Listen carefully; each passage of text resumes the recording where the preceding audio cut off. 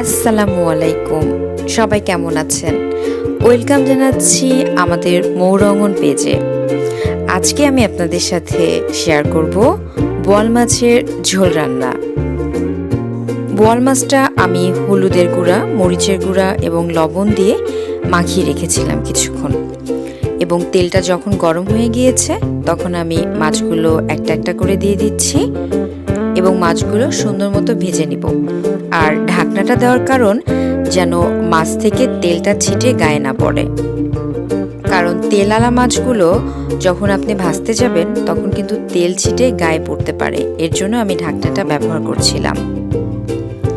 আমি এপিট ওপিট সুন্দর মতো ভেজে নিচ্ছি। অনেক কড়া করে ভাজবো না, কারণ বোয়াল মাছটা একটু তেল জাতীয় মাছ, এর জন্য হালকা করে ভাজবো। আমার মাছগুলো প্রায় ভাজা শেষের দিকে। আমি একটু একটু করে মাছগুলো উঠিয়ে নিচ্ছি এবং বাকি মাছগুলো আমি একটু একটু করে ভেজে নেব। চুলার আঁচটা আমি একটু মিডিয়ামে রেখে দিয়েছি।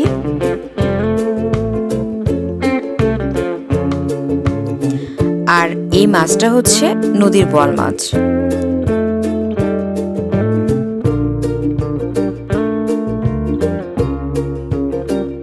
আর বোয়াল মাছের সাথে আমি শীতের নতুন আলু দিয়ে মাছটা আমি ঝোল করব। এর জন্য আমি আলুটা ভেজে নিচ্ছি। আর আলু ভাজার সময় আমি একটু লবণ দিয়ে নিয়েছি।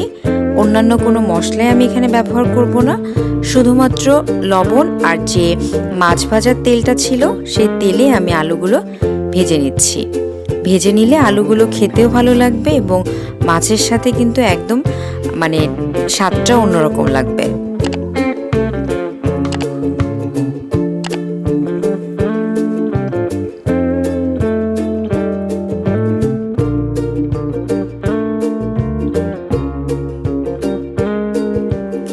অল্প কিছু সময় আমি আলুগুলো ভেজে নিব।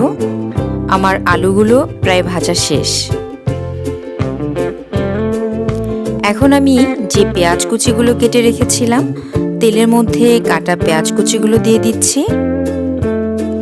এখানে একটু পেঁয়াজের পরিমাণটা বেশি লাগবে, কারণ মাছটা আমি একদম পুরোপুরি ঝোলও করব না, আবার মাখা মাখাও করব না। এর জন্য পেঁয়াজটা বেশি রাখবো।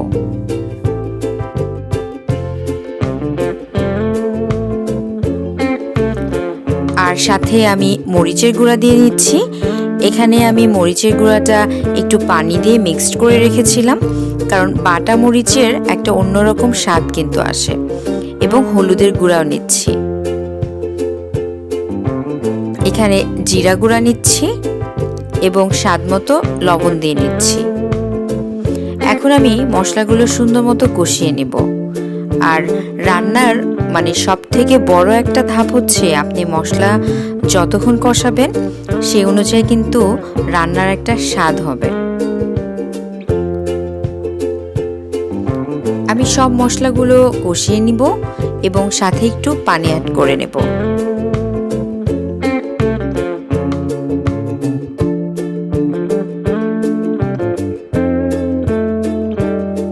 আমি সাথে পানি অ্যাড করে নিলাম এবং আমি এখানে চুলার আঁচটা একটু বাড়িয়ে নিচ্ছি।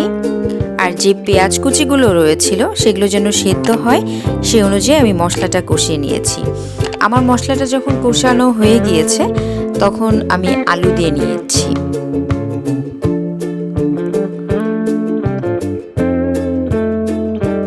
এখন আলু আর মশলা দুইটা যেন সুন্দর মতো কষানো হয় এজন্য একটু ঢাকনা দিয়ে ঢেকে নিচ্ছি। আমার আলু এবং মশলা দুটাই একদমই কষানো হয়ে গিয়েছে এবং সুন্দর একটা তেল ছাড়ছে।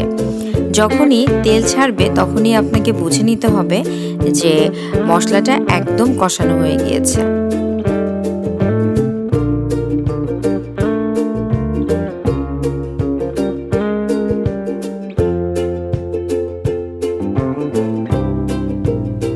আমি এখানে পরিমাণ মতো পানি অ্যাড করছি। পরিমাণ মতো পানি অ্যাড করে আমি সুন্দর মতো এখানে নাড়াচাড়া করে নিচ্ছি।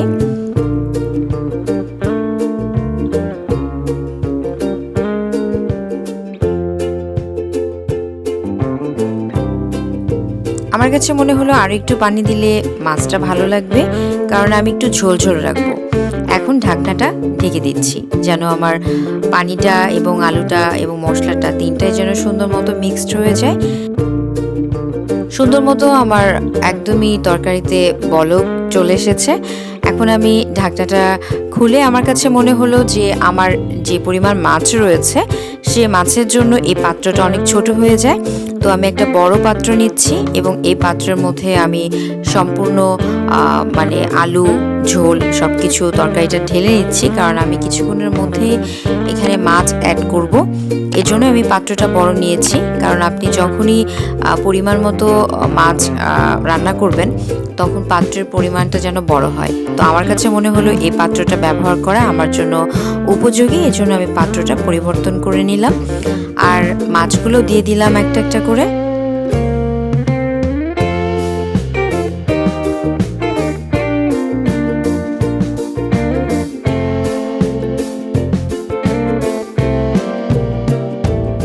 আমি আরও কিছু সময় ঢেকে রাখবো যেন মাছের সাথে তরকারির ঝোলটা একদমই মেখে যায়।